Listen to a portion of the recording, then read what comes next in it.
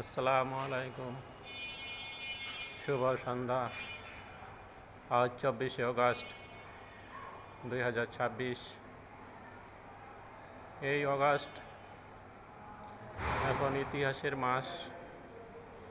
আওয়ামী লীগ সময় 15ই August, 17ই August, 21শে August Awami লীগের গত সরকারের একটি দিন ছিল। আর এই প্রজন্মের, তরুণ প্রজন্মের নতুন বাংলাদেশের 5ই আগস্ট একটি দিন, নতুন করে স্বাধীনতা পাওয়ার দিন, স্বৈরাচার বিদায়ের দিন, নতুন স্বপ্নের দিন। এই অগাস্ট মাস, এই অগাস্টে আমি বড় বড় প্রকল্প, ব্রিজ, কালভার্ট, রাস্তাঘাট এর বিষয়ে কিছু কথা বলছি। আমাদের দেশে দীর্ঘদিন ধরে, অর্থাৎ দেশ স্বাধীনের পর থেকে উন্নয়নের কাজ চলছে। উন্নয়নের ধারাবাহিকতায় রাস্তাঘাট, কালভার্ট, ব্রিজ এগুলো অন্যতম। কিন্তু এসবের ফাঁকে আছে দুর্নীতি, মহা দুর্নীতি। যত বড় প্রজেক্ট তত বড় দুর্নীতি। এই দুর্নীতির হাত থেকে আমাদের মুক্ত হতে হবে। সততার সঙ্গে আমাদের কাজ করতে হবে। দুর্নীতিবাজ ঠিকাদারকে কালো তালিকাভুক্ত করতে হবে। আমরা বিভিন্ন দেশে দেখতে পাই, কোনো ঠিকাদারি প্রতিষ্ঠান যখন দুর্নীতি করে তার লাইসেন্স বাতিল করে সেই প্রতিষ্ঠানের সম্পূর্ণভাবে কাজ করা বন্ধ করে দেওয়া হয়, অর্থাৎ কোনো সুযোগ থাকে না। আর আমাদের দেশে প্রতিনিয়ত দুর্নীতি করে যাচ্ছে, তারপরও বছরের পর বছর তারা কাজ করে যাচ্ছে। এই পলিসি থেকে আমাদের সরে আসতে হবে, বড় বড় প্রজেক্ট থেকে সরে আসতে হবে। আমরা দেখতে পাচ্ছি যমুনায় দ্বিতীয় সেতু, পদ্মায় দ্বিতীয় সেতু করার জন্যে আলোচনা হচ্ছে সোশ্যাল মিডিয়ায়। এই মুহূর্তে আগামী 5-10 বছরে এই দুইটি ব্রিজে হাত দেওয়ার কোনো প্রয়োজন নেই। উত্তরবঙ্গ তথা রংপুর, দিনাজপুরের সঙ্গে জামালপুর, ময়মনসিংহের তেমন কোনো কিছু ব্যবসা বাণিজ্য বা আত্মীয়তার সম্পর্ক নেই, যাতে করে এই ব্রিজ দিয়ে সেই সমস্যার সমাধান হবে। এবং এই ব্রিজ দিয়ে যে আয় হবে, টল আদায় হবে, তা দিয়েও কিন্তু এই ব্রিজের অর্থ সংকলন হবে না, তার খরচের পরিমাণ মেটানো যাবে না। সেই সঙ্গে এই দ্বিতীয় যমুনা সেতু হলে সেই যমুনা সেতুর সংযোগ সড়ক, অর্থাৎ ময়মনসিংহ জামালপুর পর্যন্ত যে সড়ক হবে, অথবা সেই নদীর পাড় থেকে, যমুনা থেকে রংপুর পর্যন্ত যে সড়ক হবে, সেগুলো নতুন করে নির্মাণ করতে হবে। এই মুহূর্তে আমাদের এশিয়ান হাইওয়ে অলরেডি রংপুর পর্যন্ত হয়ে গেছে। এই ঢাকা, বগুড়া, রংপুর এই 6 লাইনের রাস্তা মোটামুটি আধুনিক বলা যায়। ওভারপাস, বাইপাস, বিভিন্ন সার্কেল সিস্টেম দিয়ে এই রাস্তাটি করা হয়েছে। এই মুহূর্তে উত্তরবঙ্গের জন্য যোগাযোগের অন্যতম এই মাধ্যমটি গুরুত্বপূর্ণ।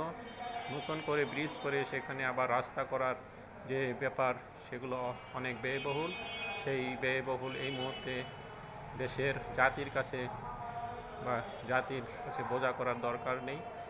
এরপরে পদ্মা সেতু থেকে যে ফরিদপুর রাজবাড়ী, সেই রাজবাড়ির দূরত্ব খুব বেশি না, 100 কিলোমিটারও না, অর্থাৎ 70-80 কিলোমিটার।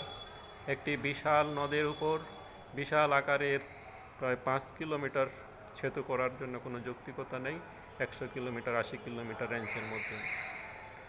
আমরা এখন দ্রুততার সঙ্গে যানবাহন চলতে পারে 80 কিলোমিটার বেগে, 100 কিলোমিটার বেগে। আমরা যদি ন্যূনতম ধরি 50 কিলোমিটার বেগেও গাড়ি চলে। তো আমাদের এই দ্রুত গতির যুগে আমরা এই আধা ঘন্টার জন্যে একটি সময় বিবেচনা করে আরেকটি ব্রিজ করব, এরকম মানসিকতা তৈরি করে ফেলেছি। এটি একটি ইগো তৈরি হয়ে গেছে যে আরেকটি ব্রিজ করা হচ্ছে। এই ব্রিজটি করতে যে খরচ, এটা জাতিকেই বহন করতে হবে। এমনিতেই আমরা বিশাল দুর্নীতির মধ্যে আছি ডুবে। তারপরে দায় দেনার মধ্যে আমাদের প্রতি বছর এই ঋণের টাকা পরিশোধ করতে হচ্ছে, যার কারণে পরিকল্পনা মাফিক আমরা দেশকে এগিয়ে নিয়ে যেতে পারছি না। অর্থাৎ শ্রমের টাকা, ট্যাক্সের টাকা যেটি জনগণ দিচ্ছে, সেই টাকার একটি বড় অংশ চলে যাচ্ছে কিস্তি পরিশোধ করতে। তাই এইসব নতুন নতুন প্রকল্প, মেগা প্রকল্প নেওয়ার আগে যুক্তিতর্ক করে প্রতিযোগিতার মাধ্যমে, বিতর্ক প্রতিযোগিতার মাধ্যমে একটা ফয়সালায় আসা উচিত এবং জনগণের মতামতের প্রয়োজন আছে। আমরা আমাদের সার্কভুক্ত দেশ মালদ্বীপের কথা বিবেচনা করি। পুরা দেশটাই একটি দ্বীপের দেশ, হাজার হাজার দ্বীপ নিয়ে দেশ গঠিত। সেই সরকার তো ভাবে না তার এক দ্বীপের সঙ্গে আরেক দ্বীপের সেতু বন্ধন করতে হবে, হাইওয়ে রাস্তা করতে হবে। যেখানে যেই জনগোষ্ঠী আছে তাদেরকে নিয়ে ভাবতে হবে, তাদের উন্নয়ন করতে হবে। তাই আমাদের এই ব্রিজ, রাস্তাঘাটে যেসব টাকা ইনভেস্ট হবে, সেই টাকাগুলোকে আমরা স্থানীয়ভাবে বিনিয়োগের মাধ্যমে সেটা উন্নয়ন করতে পারি। ইপিজেড, ইন্ডাস্ট্রি, অন্যান্য খাতে আমরা এখন দেখছি ভোলা ব্রিজ, একটি দ্বীপের জন্য একটি ব্রিজ বিশাল ব্যয়বহুল, হয়তো 15 বা 20 হাজার কোটি টাকা খরচ হয়ে যেতে পারে একটি ব্রিজে, হয়ে যেতে পারে এরকম আমরা আছি। কিন্তু এই টাকা যদি এই দ্বীপের মধ্যে, ভোলার মধ্যে ইনভেস্ট করা যেত, এই ভোলা দ্বীপে কয়েকটি ইপিজেড তৈরি হয়ে যেত, একটি বন্দর তৈরি হয়ে যেত, একটি বিদ্যুৎ উৎপাদন কেন্দ্র হয়ে যেত, আগামী 10 হতে 15 বছরের মধ্যে ভোলাকে আমরা সিঙ্গাপুর বানাতে পারতাম। কিন্তু আমাদের সেই পরিকল্পনা নেই, আমাদের কর্মসংস্থানের পরিকল্পনা নেই। আমাদের অনুৎপাদনশীল খাতে আমরা বিনিয়োগ করতে চাই, যেখান থেকে কোনো উৎপাদন আসবে না, কর্মসংস্থান তৈরি হবে না, সেই সব খাতগুলোকে নিয়ে আমরা মাথা ঘামাতে চাই। এসব থেকে আমাদের বেরিয়ে আসতে হবে। আমাদের কর্মসংস্থানমুখী ক্ষেত্র দেখতে হবে, চিহ্নিত করতে হবে। আপনার দক্ষিণবঙ্গ থেকে যদি একটিও লোক উত্তরবঙ্গে না আসতে হয়, দক্ষিণবঙ্গ থেকে যদি ঢাকায় আসতে না হয়, এরকম প্রজেক্ট হবে। যে যে এলাকায় আছে সেই এলাকায় উন্নয়ন ছড়াতে হবে। অর্থাৎ ঢাকার উপর চাপ থাকবে না, যোগাযোগের প্রয়োজন হবে না। এসব বিবেচনা করলেই আমরা বুঝতে পারবো যে আমাদের মেগা প্রজেক্ট কোনটা যুক্তিসঙ্গত আর কোনটা যুক্তিসঙ্গত নয়, কোনটা বাস্তব, কোনটা অবাস্তব। মেগা প্রকল্প হাতে নেওয়ার আগে অবশ্যই সেই প্রকল্প নিয়ে দেশ ও দেশবাসীর সামনে তুলে ধরা উচিত। মিডিয়া, সোশ্যাল মিডিয়া এবং পেপার পত্রিকা সবখানে এর তর্ক বিতর্ক করা উচিত।